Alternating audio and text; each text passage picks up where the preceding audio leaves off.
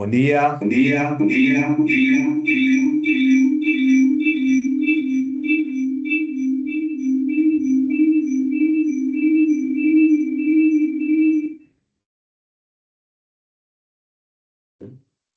buen día ahora sí a todos clientes, colaboradores, colegas. Les damos la bienvenida a otra charla en nuestro ciclo de charlas mensuales en las que analizamos un poco el mercado y bueno, y tratamos de estar bien cerca de nuestros clientes en estos momentos que son cruciales. Vinimos viviendo los últimos 2 meses con realmente noticias todos los días que son trascendentes y para mí, como gerente de Personal Bank, manejando un segmento en que tratamos y intentamos de estar cerca de todos los clientes y sus oportunidades de inversión y de reinversión, es trascendental estar juntos y lo más informados posibles. Para eso invitamos hoy a un proveedor y amigo de la casa, Diego Iglesias. Diego tiene más de 15 años de experiencia en el mercado financiero y particularmente en ventas e inversiones. Hace 5 años que dirige uno de los segmentos de venta de uno de los fondos que en el banco aquí disponibilizamos a todos nuestros clientes, como es Franklin Templeton. Así que bueno, sin más introducción ni preámbulo, le damos la bienvenida a Diego para que nos presente algunas oportunidades en renta variable americana. Diego, te damos la bienvenida y muchas gracias por participar. Bueno, Seba, muchas gracias. Como siempre, es un placer poder estar acompañándolos nuevamente. Bueno, ya se ha vuelto habitué estas instancias. Y como ven ahí en pantalla y mencionabas recién, la idea es charlar justamente sobre las oportunidades que estamos viendo en la renta variable americana, y bueno, un poco pintar el panorama de lo que hemos estado viviendo y lo que esperamos hacia adelante. Y bueno, una solución de inversión como lo es el Franklin US Opportunities Fund, este fondo de inversión que tienen disponible a través de Banco Itaú. Así que con eso comenzamos, si les parece, la presentación formal de lo que tenemos preparado para el día de hoy. Creo que siempre es bueno orientarnos un poquito, contextualizar qué hablamos cuando hablamos de Franklin Templeton. Banco Itaú acá en Uruguay, ampliamente conocido, creo que no precisan demasiada presentación, pero sí Franklin Templeton, un gestor que ya tiene una larga presencia acá, más de 25 años de presencia en Uruguay y 30 años en Sudamérica. Más de 75 años de trayectoria a nivel global, ¿no? Y a través de Banco Itaú, ustedes como inversores pueden acceder a estas soluciones de inversión que ponemos a disposición, y que ya tienen desde hace muchos años exposición los principales inversores a nivel global. Contarles que Franklin Templeton es una de las principales gestoras de activos a nivel global. Manejamos más de 1,6 billones o trillones de dólares en la nomenclatura inglés, y estamos presentes en más de 150 países. Somos una compañía que cotiza en la bolsa de Estados Unidos, somos parte integrante del S&P 500, índice representativo de las 500 compañías más grandes de Estados Unidos. Y si bien hoy el foco va a estar en una estrategia de acciones de renta variable, tenemos expertise en todas las principales clases de activos a nivel global, tanto renta fija, inversiones alternativas como multiactivos, y a los cuales ustedes también a través del banco pueden tener acceso, si se ajusta más a los distintos perfiles de inversión. Pero el tema y del día de hoy, como les mencionaba, va a estar enfocado en renta variable. Y para eso nos parece interesante comenzar un poquito pintando el panorama, ¿no? El contexto económico, principalmente de Estados Unidos, que va a derramar en los posibles efectos que podemos tener en nuestras inversiones. Así que con eso nos metemos. Va a haber un espacio para preguntas y respuestas al final, así que los invito para que hagan las preguntas o dudas que puedan ir surgiendo a lo largo de la presentación para tocarlas al final.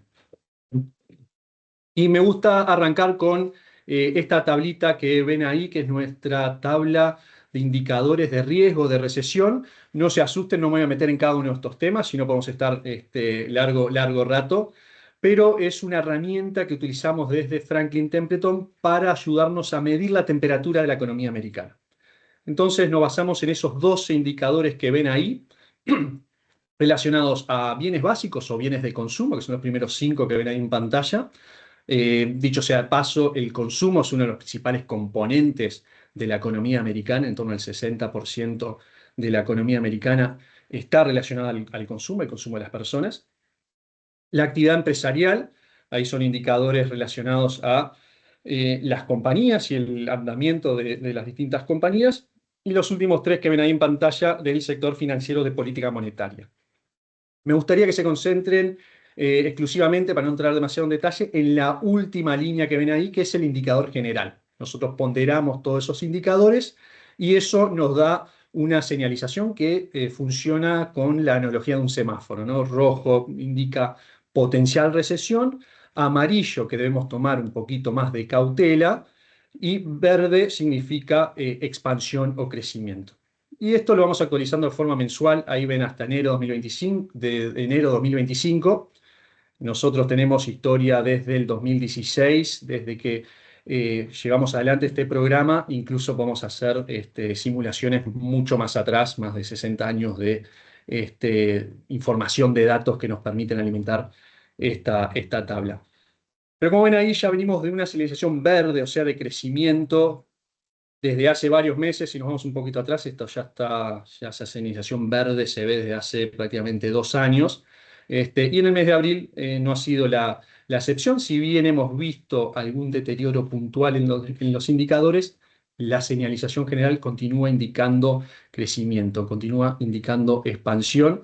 En ese sentido, más allá de los recientes titulares, estamos en general positivos con la economía americana y con las posibilidades de inversión que allí existen. Eh, Así que eso como punto de partida, ¿no? Una economía americana resiliente en donde todavía los riesgos de una potencial recesión están lejos de materializarse, al menos en las cifras que venimos analizando. Además de esos indicadores positivos que estamos viendo, también estamos viendo que está entrando en juego el soporte monetario. Cuando hablamos de soporte monetario, hablamos de la Reserva Federal, el Banco Central de Estados Unidos, y su accionar en torno a política monetaria. Y la realidad es que estamos teniendo ya desde hace algunos meses, desde el mes de septiembre, que la Fed ha comenzado con su recorte de tasas de referencia. Y esto puede funcionar, históricamente hemos visto cómo alimenta un crecimiento futuro. Entonces, básicamente lo que vemos en pantalla es cómo ha reaccionado el crecimiento de la economía americana posterior a ese primer recorte de tasas, ese comienzo de recorte de tasas por parte de la Fed. Y vemos cómo meses posteriores a ese primer recorte, que es la línea punteada ahí, empieza a derramarse a la economía los efectos de ese recorte de tasas.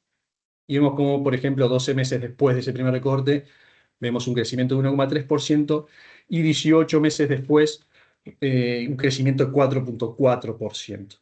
Entonces tenemos la Fed también de nuestro lado y apoyando con política expansiva potencial crecimiento de la economía americana. Así que ya vimos indicadores positivos y vemos una Fed que eventualmente está sosteniendo este crecimiento menguado, más bajo del potencial histórico que hemos visto en Estados Unidos, pero crecimiento al fin. Y el otro tema de relevancia que ha estado en los titulares, que incluso nos ha afectado a nosotros en Uruguay, ha sido la famosa guerra comercial impulsada por Trump al asumir su nuevo mandato. Y bueno, tenemos muy fresquito lo que ha sido y lo que él ha dominado el día de la liberación, ¿no? Ya por comienzos de abril, esa imposición masiva de tarifas inicialmente, los cuales Uruguay también estuvo involucrado con una tarifa del 10%, otros países obviamente en donde hay un mayor interés por parte de Estados Unidos, sufrieron consecuencias más grandes, entre ellos China. Pero esto no es nada nuevo, no es nada nuevo en Trump.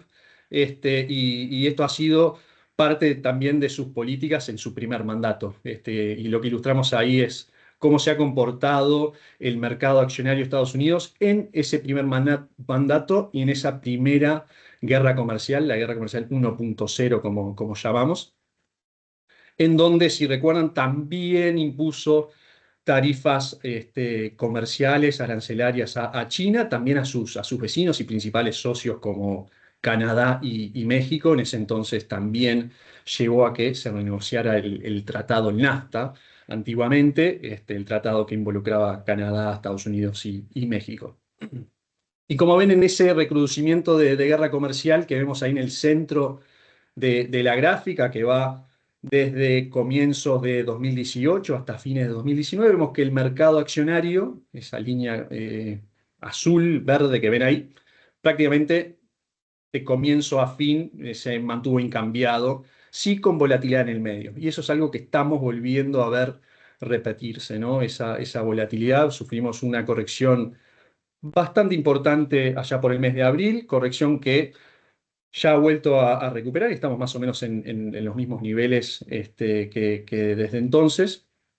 Pero lo interesante es ver es que una vez que esa guerra comercial termina, esa escalada por lo menos, vemos de vuelta cómo el mercado tiende a continuar esa racha alcista que venía mostrando previo a ese comienzo de idas y vueltas en torno al comercio mundial.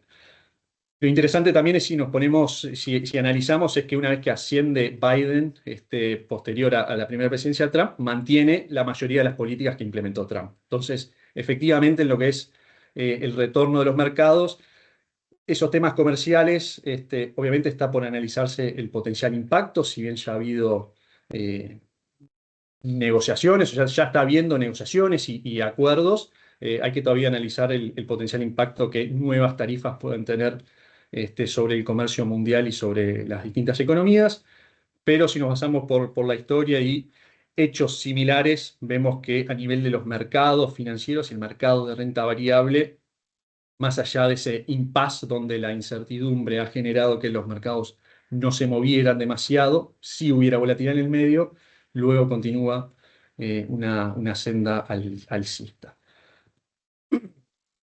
Y en lo que es la economía y siguiendo con Trump y sus potenciales políticas, es cierto que todo lo que gira en torno al comercio ha sido, por lo menos, el primer punto de partida en cuanto a sus políticas, pero no debemos olvidar que todavía hay arriba de la mesa distintas compromisos de campaña en los cuales todavía no ha hincado el diente y que en general son pro negocios y pro crecimiento.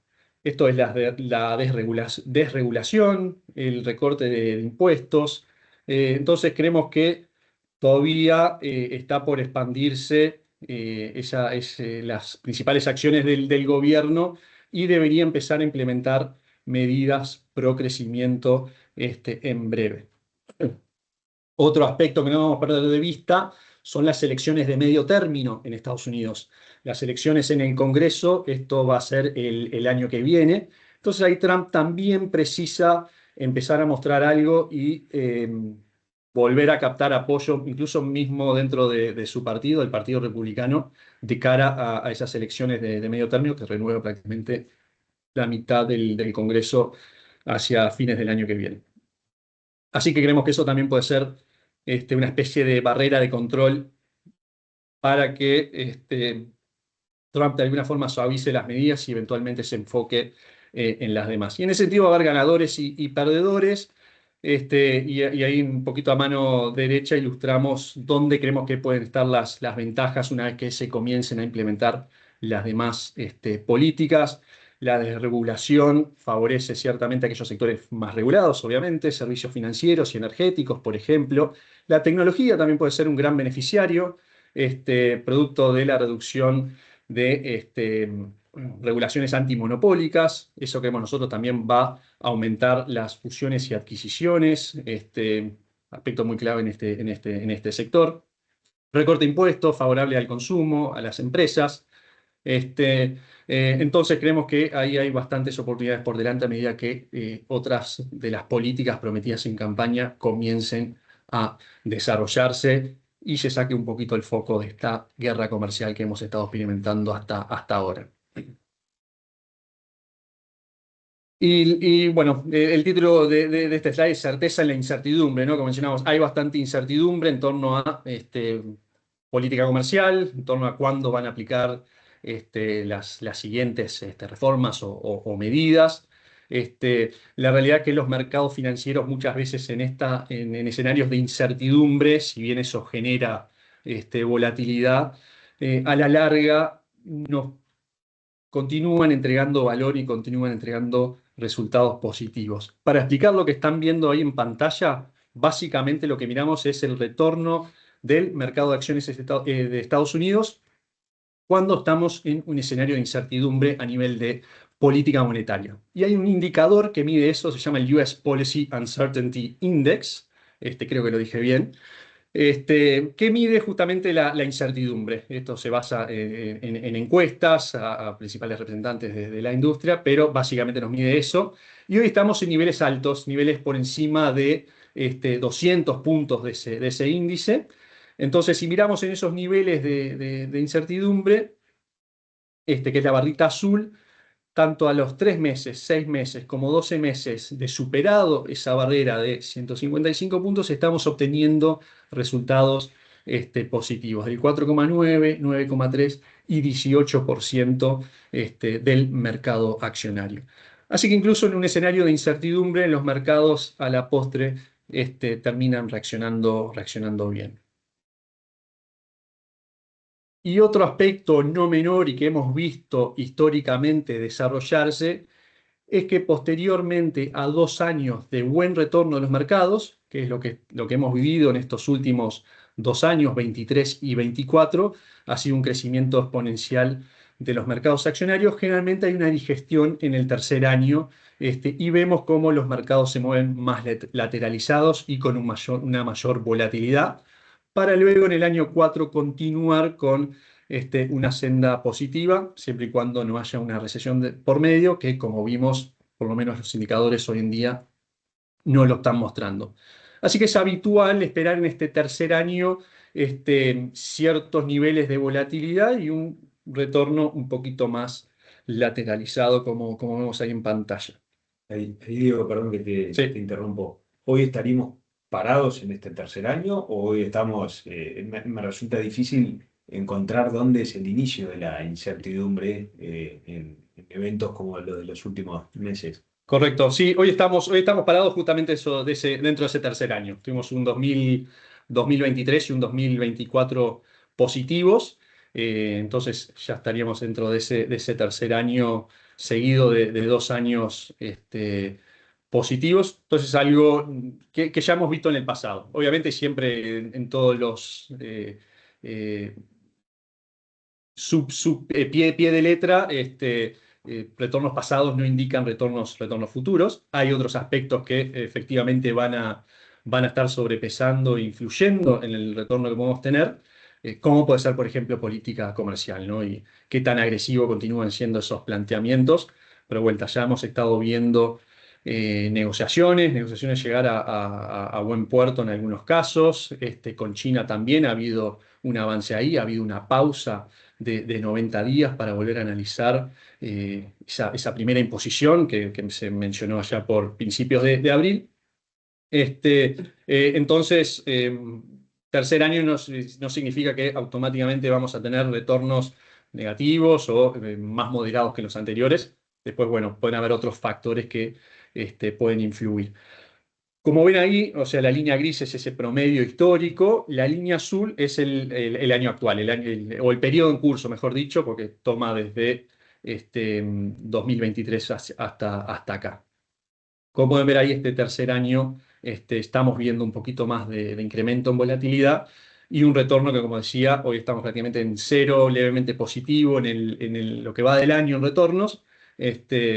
Pero bueno, llevamos casi 6 meses del año, 5 meses del año y todavía no hemos visto un retorno materializarse. Pero bueno, hay que mirar demás factores que pueden estar allí influyendo hacia adelante. Como venimos viendo, vemos muchos factores positivos.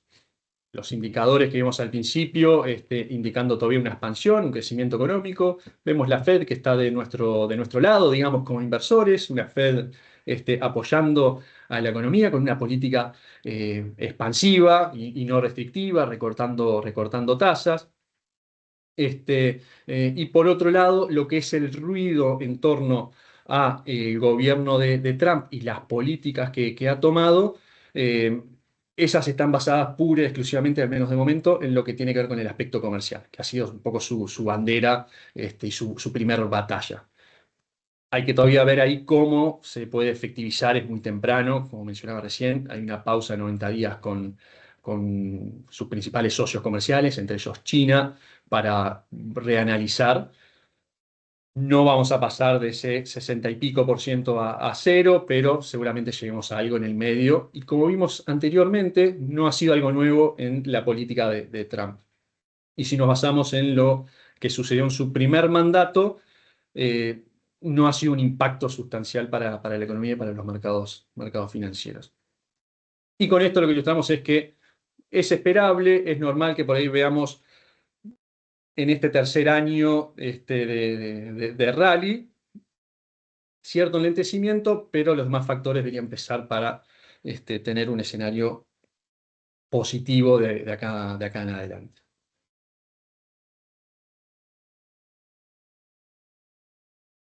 Y eso, Seba, por ahí que también estos dos próximos slides pueden ilustrar cómo deberíamos posicionarnos de cara a una inversión, y puntualmente una inversión en acciones, si bien esto aplica para cualquier portafolio, incluso un portafolio balanceado, pero estos momentos de volatilidad, creo que es bueno volver a repasar estos conceptos que son básicos al momento de decir una inversión, ¿no? Y básicamente acá lo que vemos son los retornos de los últimos 20 años de distintas clases de inversiones.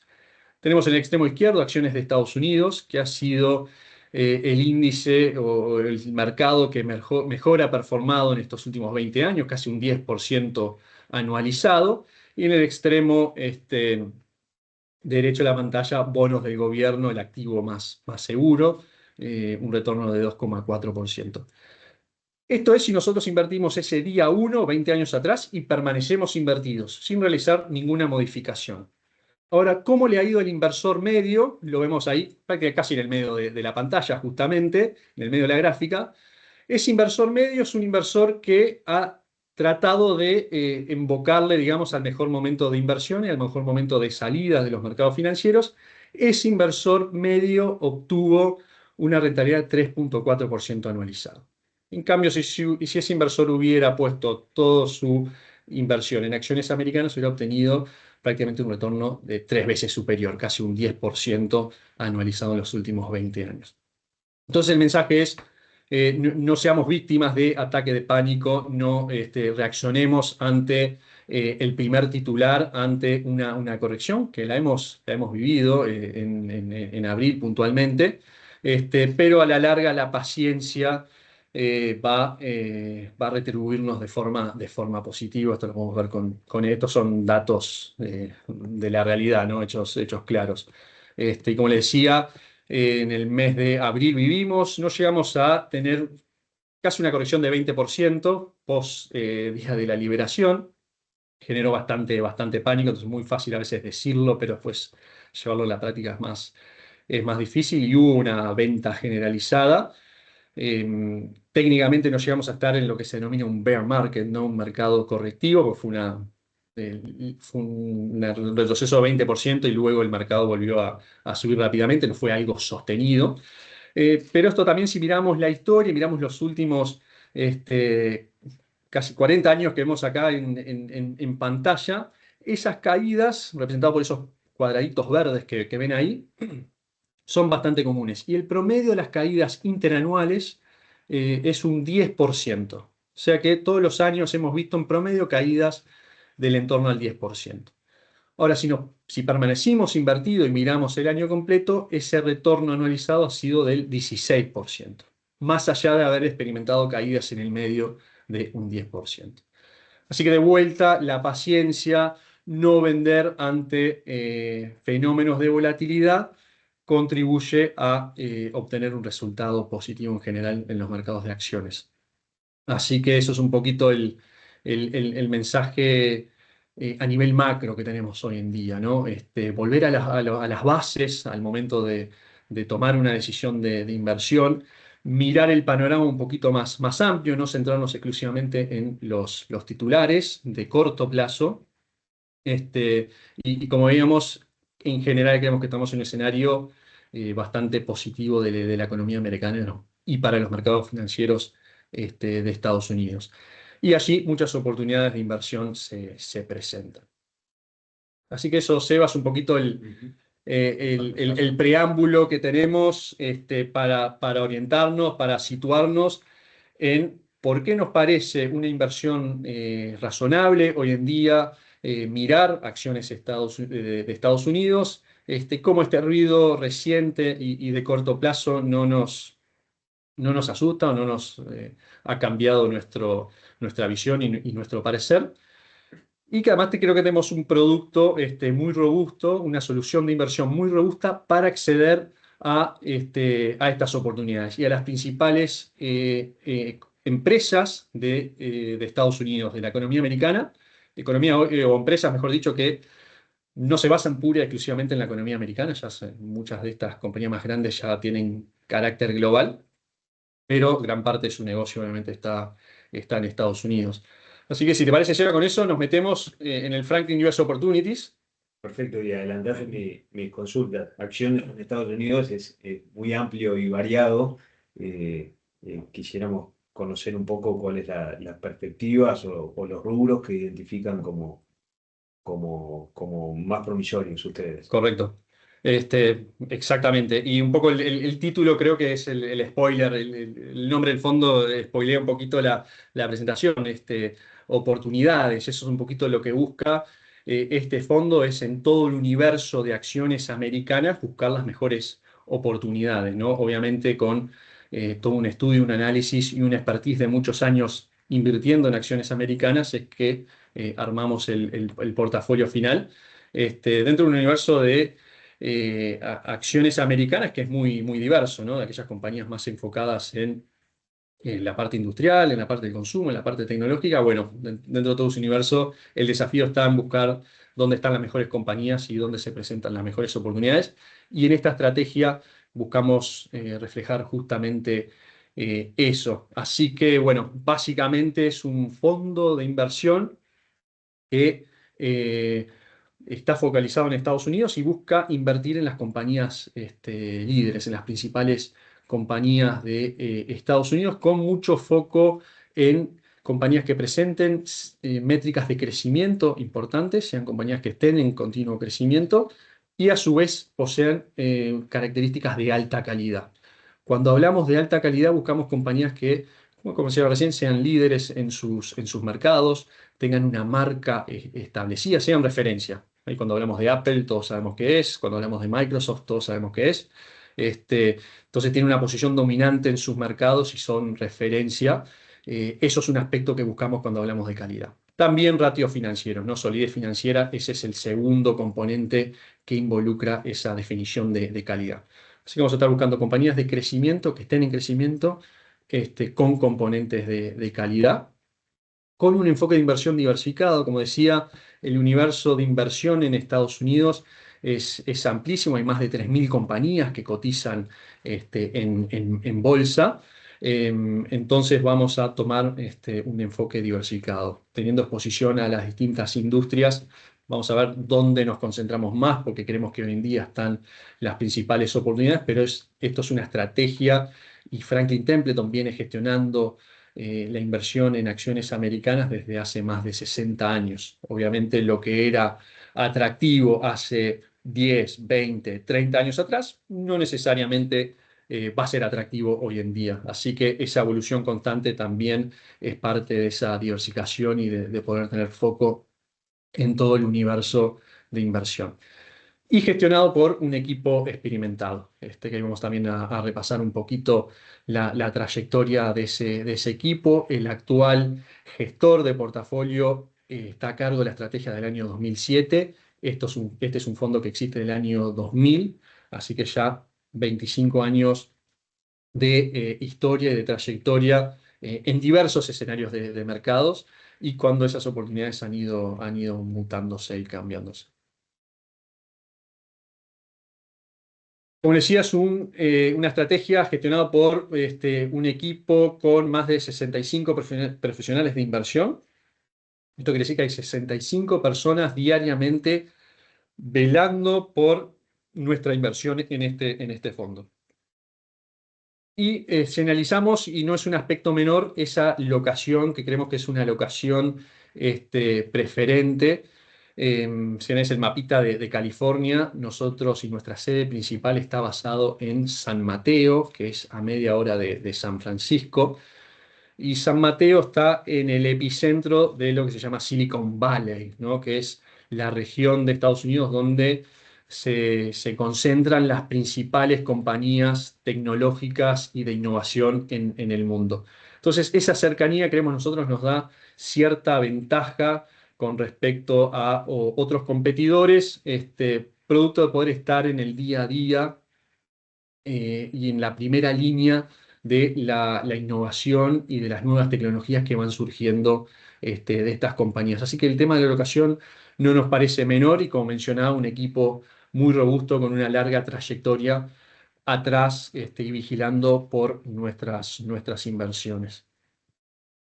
Algunas características adicionales del fondo que ya veníamos mencionando: Estados Unidos lo mencionamos, orientación al crecimiento y la calidad, también mencionamos qué significa cada uno de los dos conceptos, la gestión activa y de tener en cuenta todo ese universo. Acá vamos a encontrar muchas veces opciones de inversión en el mercado, y Franklin Templeton también los tiene, más concentrados en determinados sectores. Por ejemplo, ya hemos hablado en otras ocasiones acá de nuestro fondo de tecnología, que se centra pura y exclusivamente en acciones tecnológicas. Podemos ir a compañías eh, de otros sectores, sector industrial, sector consumo. Este fondo va a estar gestionado activamente en todos los sectores y abierto a todos los sectores, ¿no? Exposición de multicapitalización: vamos a mirar las compañías más grandes, pero no vamos a obviar y dejar de lado compañías medianas y compañías pequeñas. Ojo, cuando hablamos de compañías pequeñas de Estados Unidos, estamos hablando de compañías que por ahí tienen 500 empleados, y eso es una compañía pequeña. Vamos a tener en cuenta todo el espectro de tamaños de compañías, ¿no? Donde por ahí las compañías más chicas también pueden ser los grandes impulsores de innovación y de nuevas transformaciones, ¿no? Y vamos a poder invertir y vamos a tener exposición a compañías privadas. Esto es, compañías que aún no cotizan en una bolsa. Vamos a tener una exposición del entorno al 5%. Y ahí, por ejemplo, tenemos exposición a SpaceX, con la compañía de Elon Musk, también fundador y propietario fundador de Tesla. Que hace viajes espaciales, y la verdad que es muy novedoso ver ese cohete como aterriza nuevamente a tierra. Es fascinante. Ese es un tipo de compañía donde no cotiza una bolsa, es pública, es propiedad de- de gestores como somos nosotros, que vamos a tener una participación ahí antes de que esas compañías eventualmente se vuelvan públicas, hagan lo que se denomina IPO, empiecen a cotizar formalmente en una bolsa de valores o eventualmente sean adquiridas por otra compañía pública. Eso generalmente es el desenlace final de este tipo de compañías privadas para saltar a la siguiente etapa de crecimiento y de expansión en sus negocios. Así que eso es un tema también me parece interesante mencionar, y que vamos a poder tener exposición a través de esta estrategia. Simplemente para ilustrar ahí algunos lineamientos de qué podemos esperar encontrar, más allá de los nombres puntuales, de las compañías puntuales, algunos lineamientos para gestionar la estrategia: limitar la exposición a una sola industria al 25%. También, si vamos un poquito más abajo, limitar la exposición de la compañía, de una sola compañía, al 10% como máximo. Y subrayo esto, y es muy importante porque Muchas veces me dicen, Diego, ¿no es mejor invertir en un índice, ¿no? En un ETF, que se ha vuelto bastante de moda? Que generalmente los ETF son de lo que llamamos de gestión pasiva. Básicamente lo que buscan es replicar un mercado. Y hoy estamos viendo que hay una alta concentración en esos mercados. Por ejemplo, si invertimos en el Nasdaq, un índice por ahí muchos conocen, eh, prácticamente un 50% de la composición del Nasdaq están dos compañías, que son Microsoft y Apple. Quiere decir que nosotros comprando un ETF que replique el Nasdaq, estamos prácticamente teniendo exposición a básicamente dos compañías principalmente, y los movimientos de ese índice va a estar muy influenciado por lo que pase con esas dos compañías. Entonces, limitar las exposiciones máximas hoy en día es un aspecto relevante, importante a tener en cuenta al momento de elegir una estrategia de inversión. ¿Y por qué creemos que en este contexto es más relevante ir por una gestión activa que tenga estos parámetros, estos límites, a decir, bueno, me compro un ETF que replica un mercado, un índice, y estoy teniendo exposición o riesgo de exposición a esta concentración del mercado? Y así vamos a ir formando el portafolio con estos límites. Promedio vamos a tener entre 60 y 90 posiciones, vamos a ir adicionando, vendiendo, pero eso a grandes rasgos va a ser cómo se construye específicamente el portafolio. Luego hay los factores determinantes de cuánto nos exponemos a una posición. Ahí va a estar un poquito atado a la mano y al expertise del equipo de gestión, esos 65 profesionales liderados por un gestor de portafolio que en base a su experiencia y los análisis que van surgiendo de las distintas compañías, van decidiendo cuántas posiciones tomamos en cada compañía. Bueno, entonces metiéndonos también un poquito en dónde estamos invertidos, ¿no? Porque, bárbaro, le dije, tenemos acceso a todo el universo de compañías americanas, ¿no? Las 500 más grandes representadas por el S&P, las otras 3.000 y pico de compañías que cotizan en bolsa pública en Estados Unidos. Pero ¿dónde estamos invertidos hoy puntualmente? Porque de ese universo, como ven, vamos a escoger entre 60 y 90 compañías. Y como le decía, es una estrategia que tiene una larga trayectoria y que las oportunidades o el atractivo a nivel de sectores y temáticas ha ido mutando. Hoy estamos enfocados en estos tres temas que ven ahí, que creemos que van a estar marcando el crecimiento que podamos tener hacia adelante, y esos son la inteligencia artificial. Vamos a entrar un poquito en detalle qué significa cada uno, en qué estamos invertidos en cada uno. Inteligencia artificial es un concepto bastante amplio que ha estado muy de moda ahora. La innovación en el sector de salud, de vuelta también atado a la inteligencia artificial, a la innovación en lo que es el sector de la salud ante una población que es cada vez más envejecida, en donde los requerimientos de cuidado de salud van creciendo. Creemos que eso puede generar mucho crecimiento hacia adelante. Y luego el renacimiento industrial. Y esto está muy asociado a lo que es el desarrollo de infraestructura para energías limpias, energías renovables, todo lo que tiene que ver con la generación y también la transmisión. Estamos en una época, en una sociedad donde los requerimientos energéticos son cada vez más importantes, más altos. La inteligencia artificial es gran culpable, entre comillas, de eso, ¿no? Se requiere mucha energía para hacer funcionar lo que es todas las bases de la inteligencia artificial. Eso va a generar cambios, está generando cambios en cómo generamos, producimos y transportamos la energía eléctrica. Así que también ahí creemos nosotros que hay oportunidades de inversión muy atractivas y en etapas muy tempranas.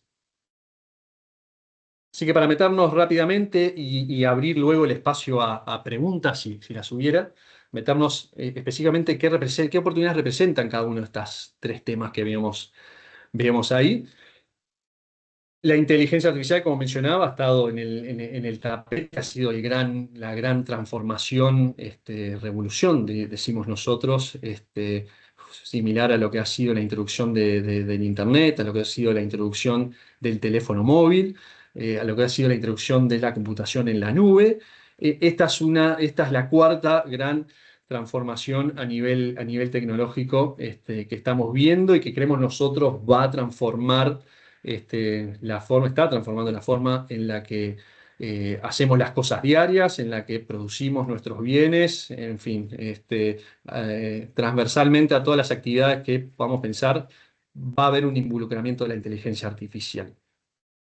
Y parecería que hace mucho que estamos hablando de la inteligencia artificial, pero la realidad es que este fenómeno recién está comenzando. Ahí identificamos tres etapas, digamos, de lo que creemos puede ser la evolución de la inteligencia artificial.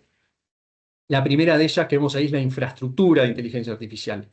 Y eso es lo que eh, inicialmente ha generado mayor valor hasta el día de hoy, que se basa mucho en lo que tiene que ver con los centros de datos, los semiconductores. Ahí NVIDIA ha sido uno de los grandes ganadores de ese segmento, es una referencia en la producción de semiconductores y microchips.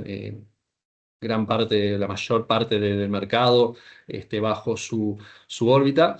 Y esa es la base, digamos, crear la infraestructura para que luego lo que es las aplicaciones, la aplicatividad se pueda llevar adelante. Y la realidad que las otras dos etapas que vemos ahí, aplicaciones y la inteligencia artificial física, todavía están en etapas muy tempranas. Así que ahí creemos nosotros están las grandes oportunidades hacia adelante que representan una generación de valor de varios billones de dólares y para varios años más.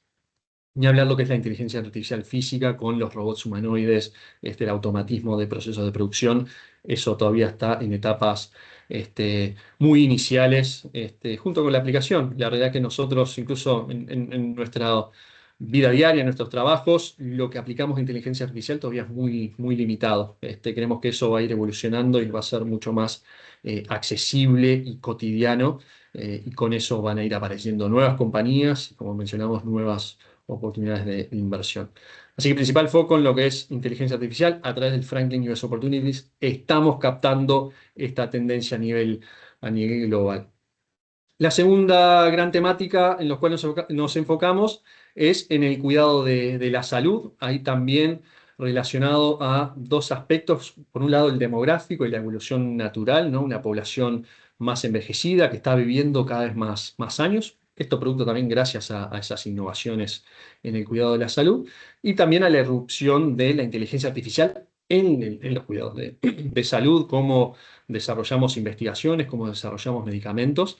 Este, Ahí abajo algunas de las compañías en las cuales estamos invertidos actualmente: United Healthcare, Lilly, Intuitive Surgical. Por ahí si hay médicos en la presentación. Esta es una compañía que desarrolla robots y aparatología médica para intervenciones quirúrgicas de muy alta precisión. Seguramente haya este tipo de equipamiento acá en Uruguay, entonces algún médico por ahí sabe de lo que estoy hablando. Pero bueno, es una de las principales compañías a nivel global en el desarrollo de tecnología para cirugías de alta precisión, por ejemplo. Así que bueno, ahí vamos a estar viendo mucha innovación. Las otras dos, Danner, Dexcom, hay varias más, pero estas son como las principales referentes en lo que tiene que ver con cuidado de la salud. Y luego lo que mencionaba también, ese renacimiento industrial, ese desarrollo de nueva infraestructura relacionada a la electrificación y a la energía. Hay una necesidad muy grande de inversión en infraestructura todavía, en lo que tiene que ver con la movilidad. Por ejemplo, el desarrollo de una red eléctrica de transporte requiere de terminales de carga. Todo eso todavía está en etapas de desarrollo. Inversión en energía renovable a causa bueno, el agotamiento de recursos naturales, obviamente. Entonces, también allí hay muchas oportunidades. Algunos de los principales representantes dentro de esta temática: Tesla, GE Vernova, perdón, que es la parte de General Electric relacionada a las energías renovables. Ahí vemos molinos de viento, por ejemplo, acá en el país, de General Electric. Trane Technologies, Uber, creo que no hace falta demasiada explicación. Y Tom también ahí, algunos de los principales referentes en lo que tiene que ver con esta electrificación y cambio de matrices energéticas a nivel global. Ahí de vuelta grandes oportunidades por delante. Y ya para ir cerrando, meternos en algunas métricas puntuales del fondo. Ahí podemos ver las principales 10 tenencias actualmente. Nombres archiconocidos por todos. Meta, el dueño de Facebook, digamos. Amazon, Nvidia, Apple, Microsoft, Mastercard, Eli Lilly, la farmacéutica. Broadcom, Netflix y Axon Enterprise. Principales 10 compañías de un portafolio, como mencionaba, que va a tener alrededor de 70, tiene unos 80 compañías en portafolio. Estas son las 10 más representativas. Como ver ahí, ninguna tiene una exposición mayor al 7% actualmente. Como mencionamos, capeamos la exposición máxima en un 10%, porque estamos lejos de esos máximos permitidos. De vuelta, ilustrando la necesidad de esa diversificación y de ir limitando las posiciones en compañías que son muy buenas, pero que pueden generar volatilidad adicional en portafolio. ¿Y cómo nos ha ido en términos de resultados? Creo que es algo bueno repasarlo. Acá miramos los últimos 10 años calendarios y en 7 de esos últimos 10 años hemos logrado superar al S&P 500, al índice representativo de las 500 compañías más importantes. Así que de vuelta en el 70% de los periodos que vemos ahí en pantalla hemos logrado superar al índice. Eso es a causa de esa selectividad, de esa gestión activa y de ese equipo experto que está continuamente velando por nuestras inversiones y atrás de las mejores oportunidades existentes en el mercado. En lo que va del año estamos un poquito más abajo que el mercado, un año que como vimos ha sido bastante desafiante para los mercados accionarios, pero bueno, con confianza para lo que se viene y pensando en un horizonte de medio, incluso largo plazo, como vemos, muchas de estas temáticas tienen un proceso de desarrollo. Creemos que estamos muy bien posicionados para lo que se viene y para las grandes oportunidades que hay en estas distintas temáticas que veníamos comentando. Así que bueno, esos son un poco los Buenísimo. comentarios. Seba, Muy claro, muy claro. Muchas gracias, Diego. Quedan unos pocos minutos de la reunión. Abrimos espacio a preguntas que han sido llegando. Cami, Nacho, los invito a hacerlas. Y reforzar desde el lado del banco el estar cerca de los clientes, de ustedes clientes, y que ustedes clientes también estén cerca nuestro. Obviamente, esto es una visión calificada de Diego, pero indudablemente cada cliente tiene su perfil, su perspectiva, sus necesidades, y como banco nosotros el deber que tenemos y parte de nuestro servicio es acercarnos y estar y poner sobre la mesa todas las oportunidades. Abrimos, Nacho y Cami, ¿alguna pregunta? Buenísimo. Estoy leyendo algunas de las que fueron llegando por acá. ¿Cuándo se espera el próximo recorte de tasas? Y combinada con esa pregunta viene también, ¿qué tan independiente creen que es la política de la Fed de la política del gobierno americano?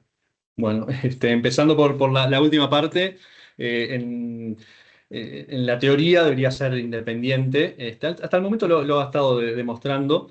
este, Así que en eso confiamos de que hay independencia y que la Fed siempre va a estar velando por sus dos principales mandatos, que es pleno empleo y control de la inflación.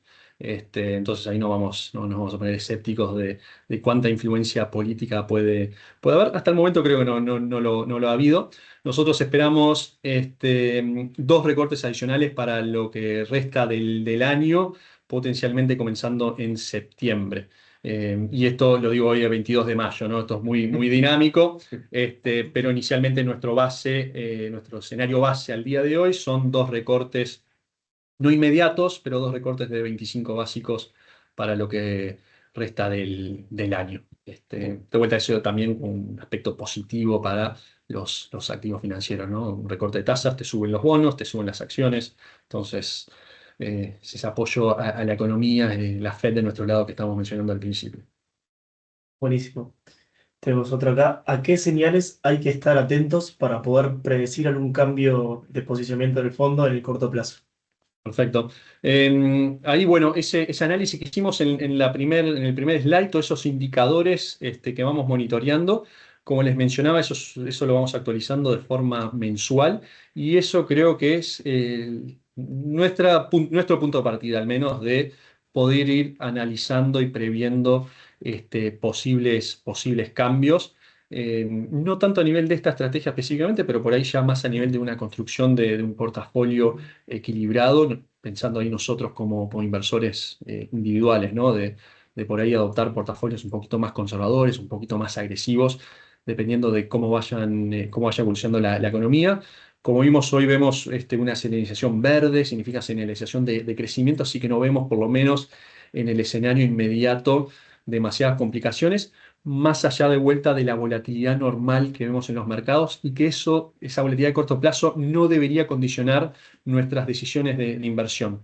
Como veíamos ahí también esas, esos slides, esas gráficas de volatilidad de mercado, ¿no? Tratar de obviar esa volatilidad de corto plazo, enfocarnos en un horizonte un poquito más prudente, de más largo plazo, que creemos que ese ruido se disipa, ¿no? Y el mercado responde a los datos económicos que, como vemos, son tan positivos.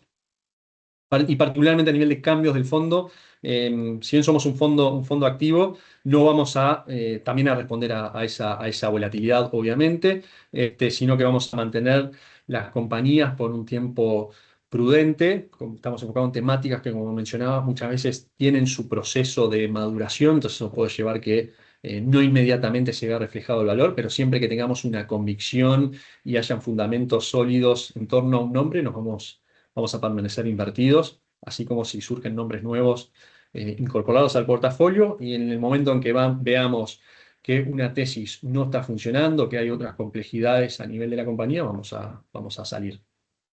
Buenísimo. Nos preguntan acá, ¿en cuál de las tres etapas de la inteligencia artificial está más expuesto el fondo? Perfecto. Hoy tenemos por ahí una mayor exposición a lo que es esa primera etapa de las bases, ¿no? De la infraestructura, lo que tiene que ver con microprocesadores, data centers, por ejemplo.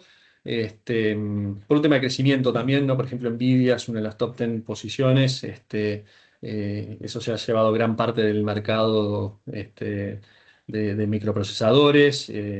Entonces, hoy hay una exposición allí. eh, pero no limita que ya estemos mirando y buscando y teniendo exposición a las compañías que van a estar aplicando la inteligencia artificial y haciendo disponible los usos.